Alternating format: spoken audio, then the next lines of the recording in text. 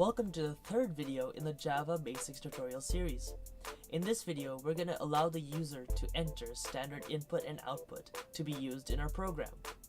So what we need to do is we need to specify where we'll be reading from.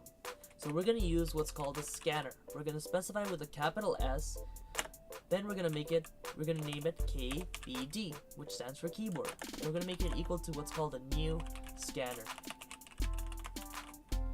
The last thing we need to do is specify where we're getting the input from. So in the parentheses, we're going to specify the system standard input.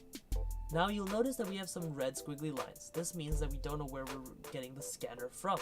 So we have to tell Java to use its default scanner. So when we click on this little red X, we'll see import scanner, and that's all we need to do. I know this seems a little confusing, but as of now, we just need to know that we need to import the scanner from the Java util library. The last thing we need to do with a scanner is we always need to close the scanner. So what this means is that after this point, we will no longer get input from the user. So whatever logic we need to do in our program needs to happen between the scanner and the close. Right now, if we ran this, we would notice no difference in our program because we would still be dividing num2 by num3 as we did in the last video.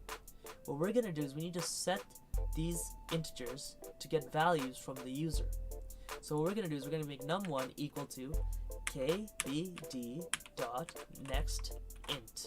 So this means that the next integer inserted by the user will be used as a value for num1.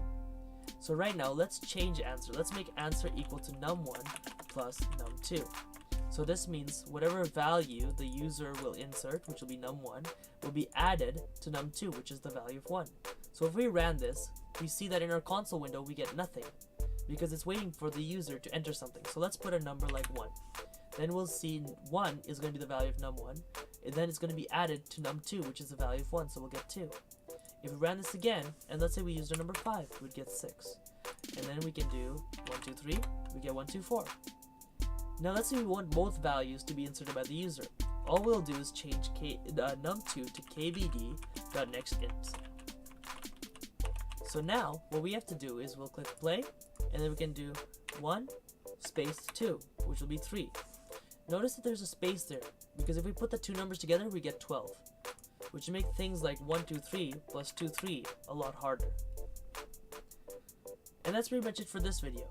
In the next video, we will go over how to add text to our program to make this calculator slightly more functional.